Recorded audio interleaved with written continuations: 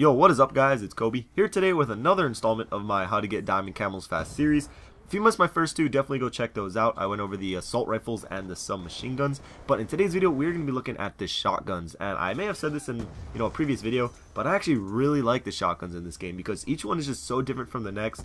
Now there are obviously a couple shotguns that are kind of obviously better and more powerful, but regardless, they are pretty fun to use, so why not get them diamond? And that's what this video is about, just getting some small tips that will help you get the diamond camos as fast as possible. But before I get into each weapon individually, let me start by saying in both of my last two videos, I reiterated how you should always use the highest level unlocked weapon. That way you won't ever go without having a weapon to work on and complete challenges for. However, because there is only 4 shotguns, you don't have to worry about that quite as much. But if you do have a permanent unlock, available, and you really want the diamond shotguns, using the token on the M1216 wouldn't be a bad idea, considering it is unlocked all the way at level 52. So that's just something to keep in mind. Anyway, starting with the R870, I can honestly say you will not have a problem with this weapon. I'm sure most of you, if not all of you, have already used this weapon and know how powerful it is. Each shot has a damage potential of 400 points, which is absolutely insane. At close ranges, only 2 out of the 8 pellets need to hit for you to get the one-shot kill, which if you don't know already is really important because with both the shotties and the snipers, the first several challenges are getting one-shot kills, not headshots. So the more one-shot kills you get, the faster you can complete those first challenges. With almost all the shotguns, I suggest using the long barrel and laser sight as the attachments, especially for those one-shot kills. With the long barrel, your max damage range increases, and the laser sight will help you a lot in those close quarter battles, which is where you'll find yourself most of the time. Moving on to the S12, which is the semi-automatic shotgun. This one is definitely not my favorite by any means, but it's not my least favorite either. The shotgun is pretty good, but when you're going for specific camo challenges, which is what this video is about, the weapon can sometimes annoy me. But regardless, I find long barrel and laser sight the best 2 attachments for this weapon as well. Getting one-shot kills with this weapon isn't too bad, but one suggestion would be actually to aim down the sights. A lot of people just try to hip fire just because it's a shotgun. It shoots 8 pellets and that's just what we're accustomed to. But unless you're really close to your opponent, aiming in will help you get way more one-shot kills, especially once you hit that medium range area.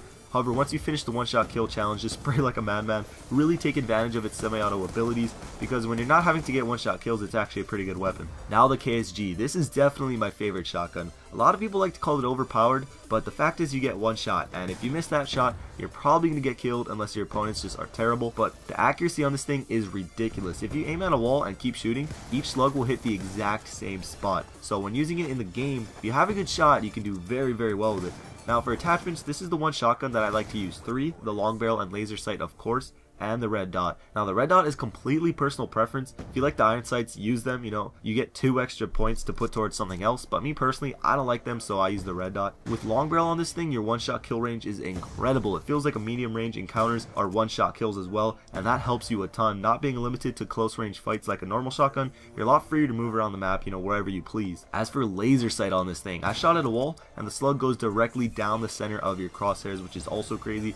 But there are 2 things that you should not do while using this gun.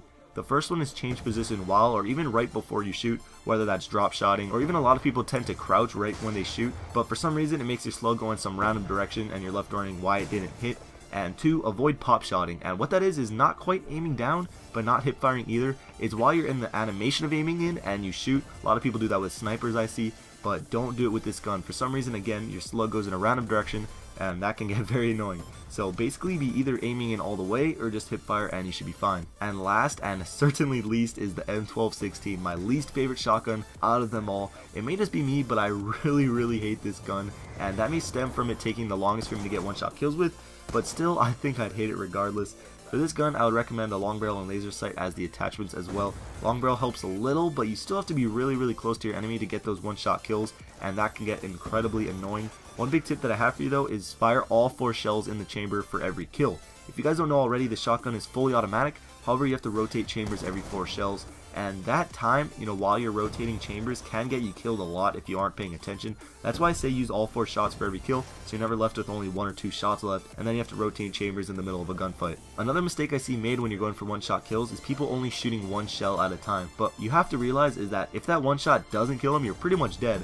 Might as well use all 4 shots, so even if the first shot doesn't kill him, the other 3 will too, and you may get the kill. You won't get the one shot, but it is better than dying. Other than that, to get one shots, you really have to rush and catch people off guard and sneak up behind them, or you have to camp doorways, which may sound really lame, but you have to get 250 one-shot kills with this thing, and by the end of it, you'll probably do whatever it takes. So that's all the tips I have for you guys, so go out there and go get those diamond shotguns. Why not? If you're getting bored of the game, it will give you something to do, and they look pretty cool, so I don't see why you shouldn't. So I hope you guys enjoyed the video. If you did and want to support it, support the channel. All ratings are appreciated. If you have the diamond camels or even close to them, let me know down below, as well as any other tips you might want to share with anyone else.